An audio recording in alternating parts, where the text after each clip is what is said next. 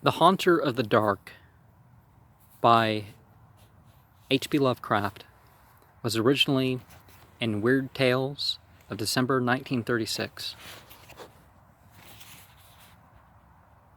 I have seen the dark universe yawning, where the black planets roll without aim, where they roll in their horror unheeded, without knowledge or luster or name.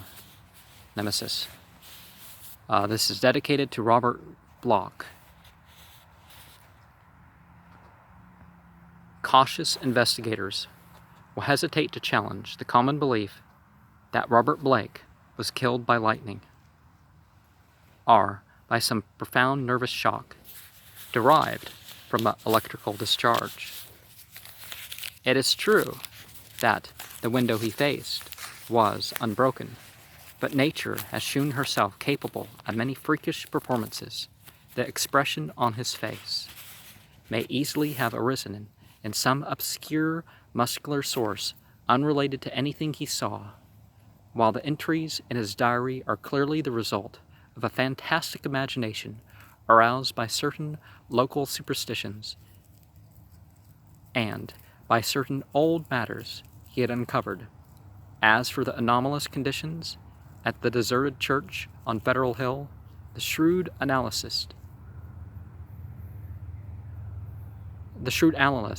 is not slow in attributing them to some charlatanry. Conscious or unconscious, with at least some of which Blake was secretly connected. For, after all, the victim was a writer and painter, wholly devoted to the field of myth, dream, terror, and superstition, and avid in his quest for scenes and effects of a bizarre, spectral sort. His earlier stay in the city, a visit to a strange old man as deeply given to occult and forbidden lore as he, had ended amidst death and flame, and must have been some morbid instinct which drew him back from his home in Milwaukee. He may have known of the old stories despite his statements to the contrary in his diary, and his death may have nipped in the bud some stupendous hoax destined to have a literary reflection. Among those, however, who have examined and correlated all this evidence, there remain several who cling to less rational and commonplace theories. They are inclined to take much of Blake's diary at its face value, and point significantly to certain facts such as the undoubted genuineness of the old church record, the verified existence of the disliked and unorthodox Starry Wisdom sect prior to 1877, Ervil-Galeris. The recorded disappearance of an inquisitive reporter named Edwin M. Lillibridge in 1893, and above all, the look of monstrous, disfiguring fear on the face of the young writer when he died. It was one of these believers who moved to fanatical extremes, threw into the bay a curiously angled stone and its strangely adorned metal box found in the old church steeple, the black windowless steeple, and not the tower where Blake's diary said those things originally were, though widely censored both officially and unofficially.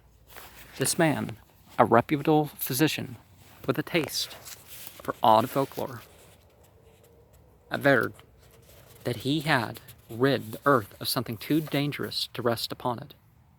Between these two schools of opinion, the reader must judge for himself.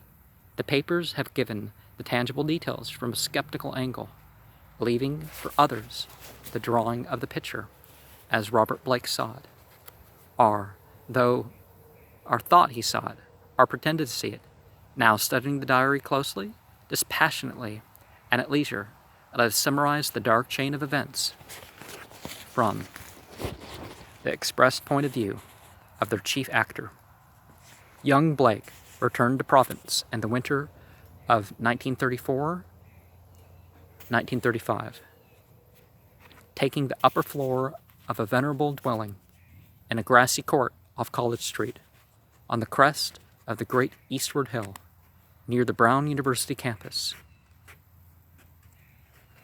and behind the marble John Hay Library. It was a cozy and fascinating place, and a little garden oasis of a village like antiquity, where huge, friendly cats sunned themselves atop a convenient shed. The square Georgian house had a monitor roof, classic doorway with fan carving, small paneled windows, and all the other earmarks of early 19th century workmanship. Inside were 6 paneled doors, wide floorboards, a curving colonial staircase, white Adam period mantels, and a rear set of rooms, 3 steps below the general level.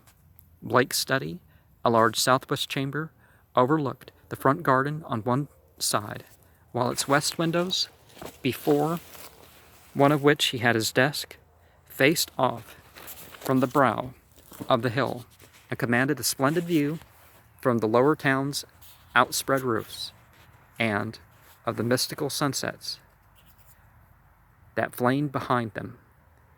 On the far horizon were the open countryside's purple slopes. Against these, some 2 miles away, rose the spectral hump of Federal Hill, bristling with huddled roofs and steeples whose remote outlines wavered mysteriously, taking fantastic forms as the smoke of the city swirled up and enmeshed them. Blake had a curious sense that he was looking upon some unknown, ethereal world, which might or might not vanish as in a dream if he ever tried to seek it out and entered it in person. Having sent home for most of his books, Blake brought some antique furniture suitable to his quarters and settled down to write and paint. Living alone and attending to the simple housework himself, his studio was in a north attic room where the panes of the monitor roof furnished admirable lighting. During that first winter, he produced 5 of his best-known short stories. The Burrower Beneath, The Stairs in the Crypt, Shagai in the Vale of Penath, and The Festerer from the Stars, and painted 7 canvases, studies of nameless, unhuman monsters, and profoundly alien, non-terrestrial landscapes. At sunset, he would often sit at his desk and gaze dreamily off at the outspread west, the dark towers of Memorial Hall. Just below, the Georgian courthouse belfry, the lofty pinnacles of the town section, and that shimmering, spire-crowned mound in the distance, whose unknown street and labyrinth gables so potently provoked his fancy. From his few local acquaintances, he had learned that the far-off slope was a vast Italian quarter. Though most of the houses were remnants of older Yankee and Irish days, now and then he would train his field glasses on that spectral, unreachable world beyond the curling smoke, picking out individual roofs and chimneys and steeples and speculating upon the bizarre and curious mysteries they might house. Even with optical and Federal Hill seemed somehow alien, half fabulous, and linked to the unreal, intangible marvels of Blake's own tales and pictures.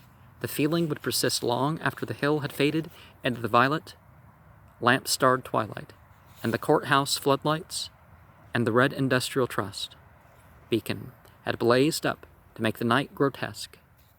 All the distant objects on Federal Hill, a certain huge dark church most fascinated Blake. It stood out with a special distinctness at certain hours of the day, and at the sunset, the great tower and tapering steeple loomed blackly against the flaming sky. It seemed to rest on especially high ground, for the grimy facade and the obliquely seen north side, with sloping roof and tops of great pointed windows, rose boldly above the tangle of surrounding ridgepoles and chimney posts, peculiarly grim and austere.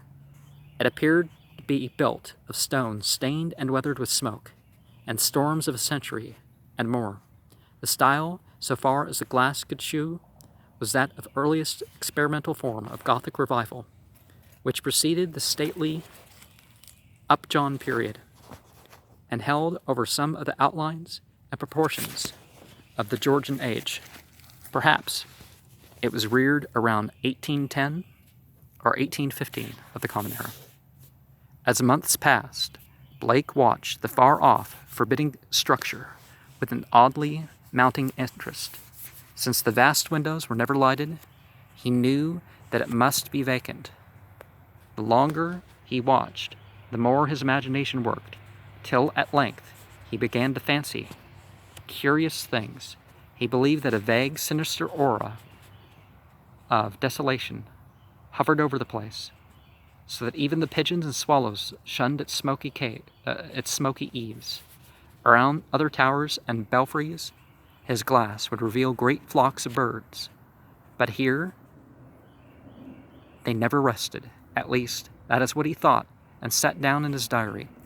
He pointed the place out to several friends, but none of them had ever been on Federal Hill, or possessed the faintest notion of what the church was or had been.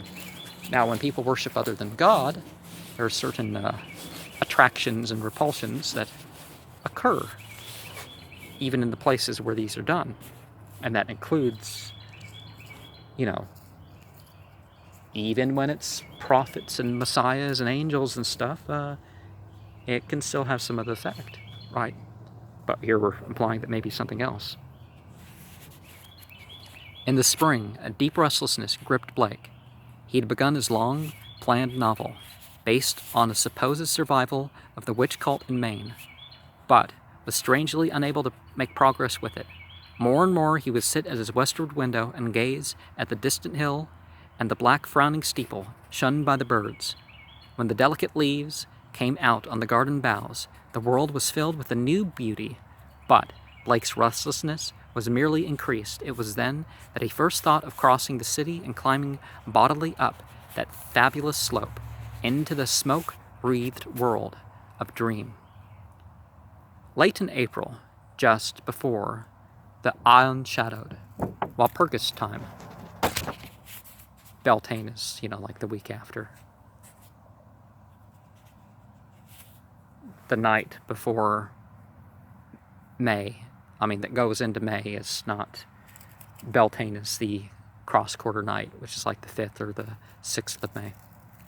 But anyways, Blake made his first trip into the unknown, plodding through the endless downtown streets and the bleak, decayed squares beyond. He came finally upon the ascending avenue of century-worn steps, sagging Doric porches, and blear-paneled cupolas, which he felt must lead up to the long-known, unreachable world beyond the mists. There were dingy blue and white street signs, which meant nothing to him, and presently he noted the strange dark faces of drifting crowds and the foreign signs over curious shops and brown, decade-weathered buildings. Nowhere could he find any of the objects he had seen from afar, so that once more he half fancied that the Federal Hill of the distant view was a dream world, never to be trod by living human feet.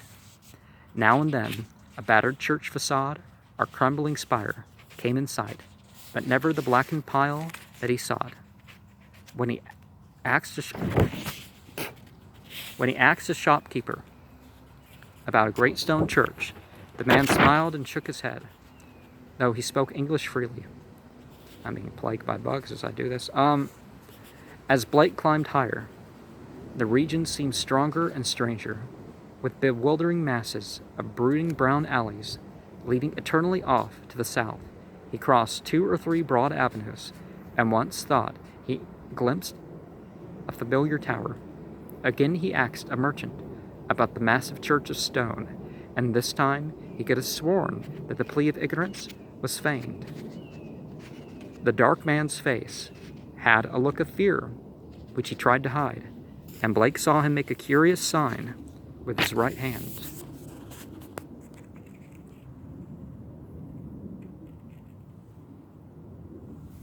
I don't know if that's the sign, but remember the and the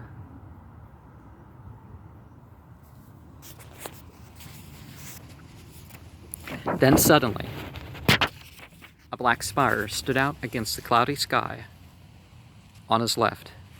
Above the tiers of brown roofs lined the tangled southerly alleys.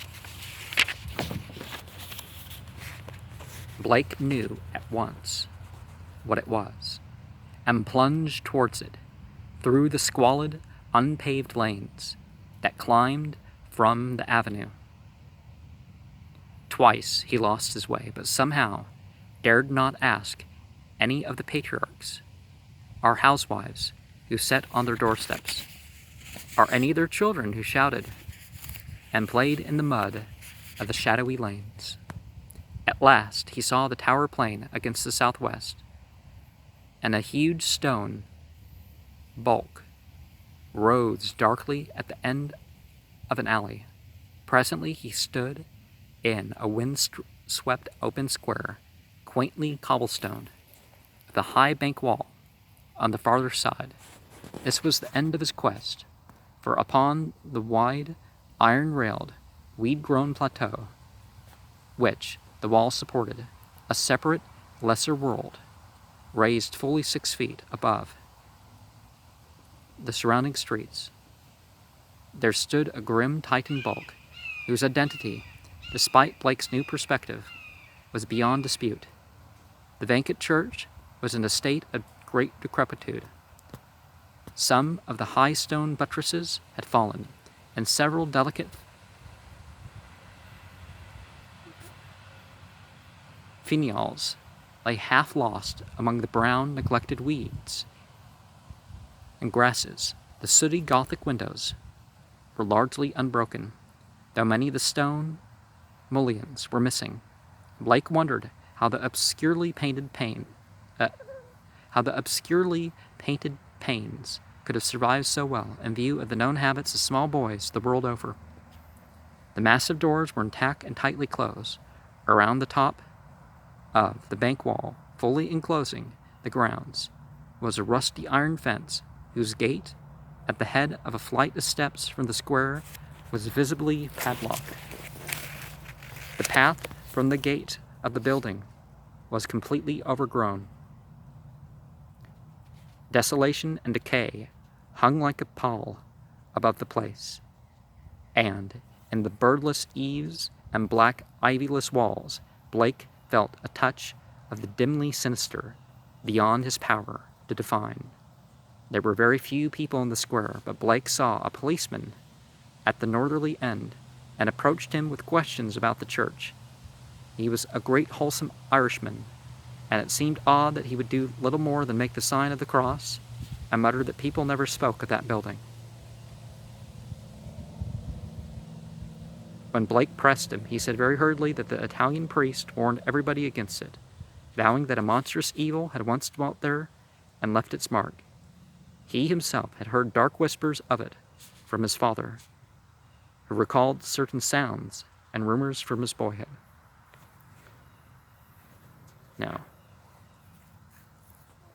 if it's a metaphysical evil, certainly there's something that can be done as a response, not always,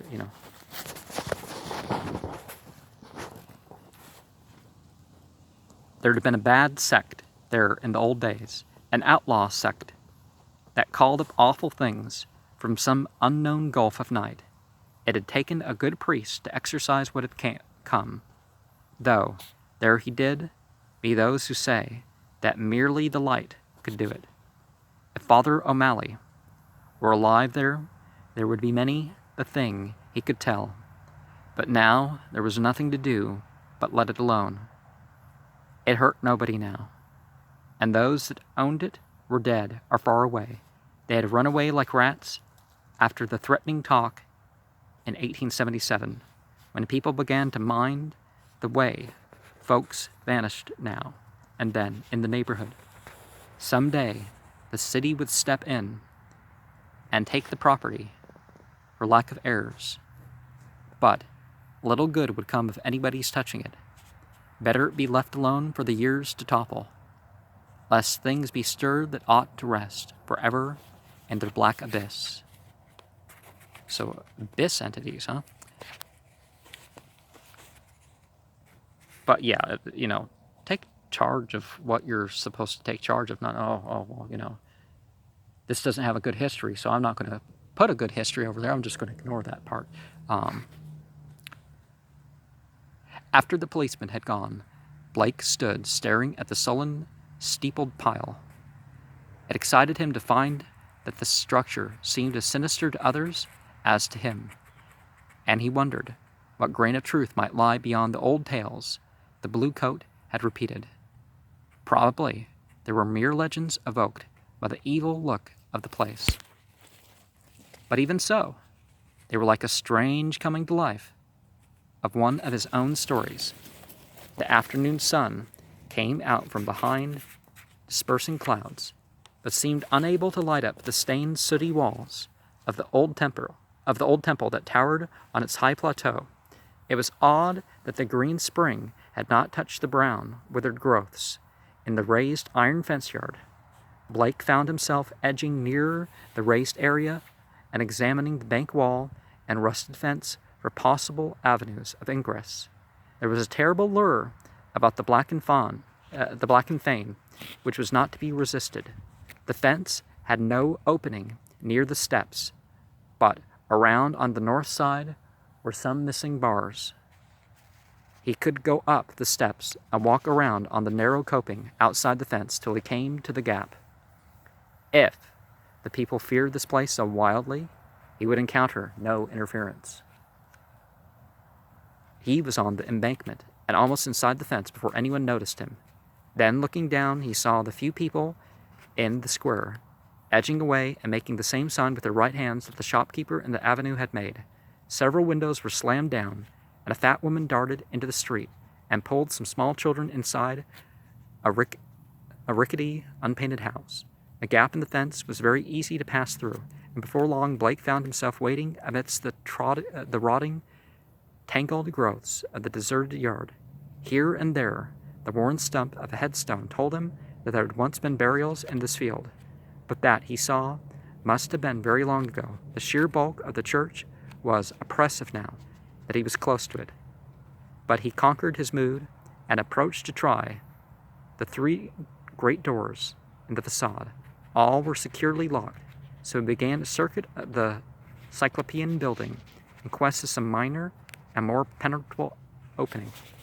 Even then, he could not be sure that he wished to enter that haunt of desertion and shadow, yet the pull of strangeness dragged him on automatically. And the priest are more likely to be exposed to certain traditions, and some of them do actually practice a little thing on the side. Now, the actual criminal aspect, it's actually less likely amongst the priests, but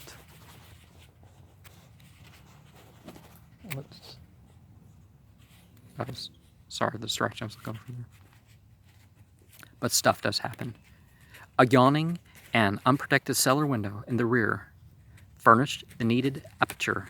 Peering in, Blake saw a subterranean gulf of cobwebs and dustily fainted, litten by the western sun's filtered rays.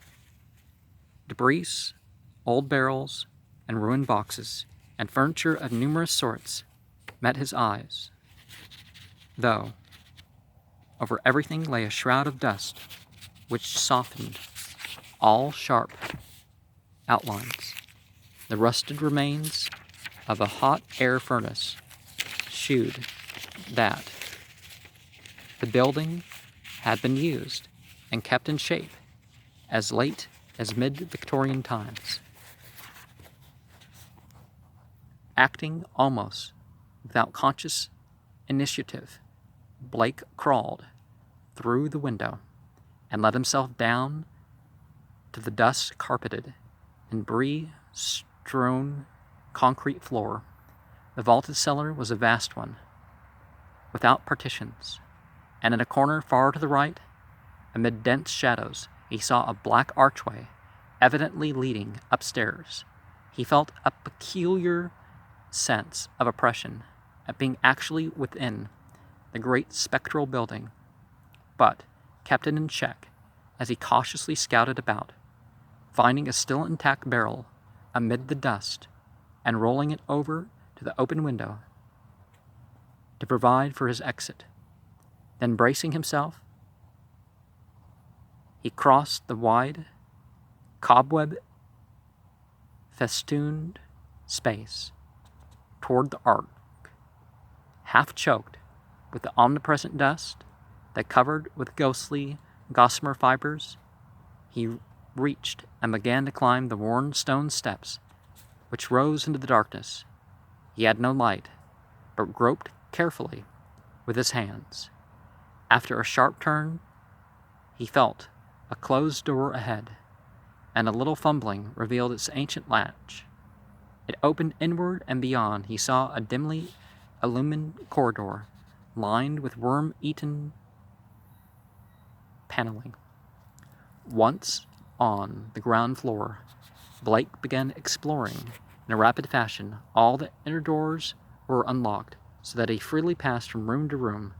The colossal nave was an almost eldritch place, with its drifts and mountains of dust over the box pews, altar, hourglass pulpit, and sounding board, and its titanic ropes of cobweb stretching among the pointed arches of the gallery, and entwining the clustered Gothic columns.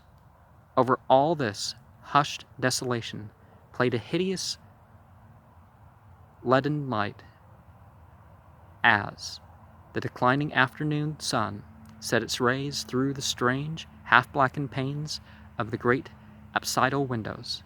The paintings on those windows were so obscured by soot that Blake could scarcely decipher what they had represented. But from the little he could make out, he did not like them. The designs were largely conventional, and his knowledge of obscure symbolism told him much concerning some of the ancient patterns. The few saints depicted bore expressions distinctly open to criticism, while one of the windows seemed to shew merely a dark space with spirals of curious luminosity scattered about in it. Turning away from the windows, Blake noticed that the cobweb cross above the altar was not of the ordinary kind, but resembled the primordial Ankh, or Crux Ansata of shadowy Egypt. In a rear and vestry room, beside the apse, Blake found a rotting desk and ceiling high shelves of mildewed, disintegrating books. Here, for the first time, he received a positive shock of objective horror, for the titles of those books told him much. They were the black, forbidden things which most sane people have never even heard of, or have heard of only in furtive, timorous whispers, the banned and dreadful repositories of equivocal secrets and immemorial formula, which have trickled down the stream of time from the days of man's youth and the dim and fabulous days before man was.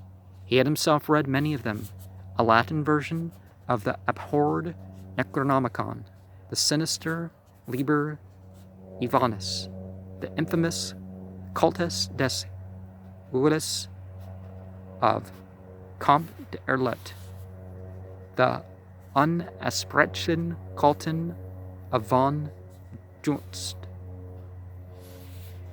the old Ludwig Prinz, hellish de vermis mysteries, But there were others he'd known merely by reputation or not at all.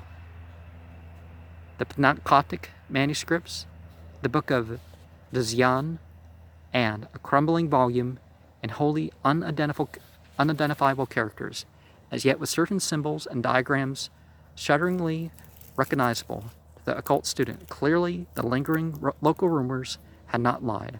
This place had once been the seat of an evil older than mankind and wider than the known universe.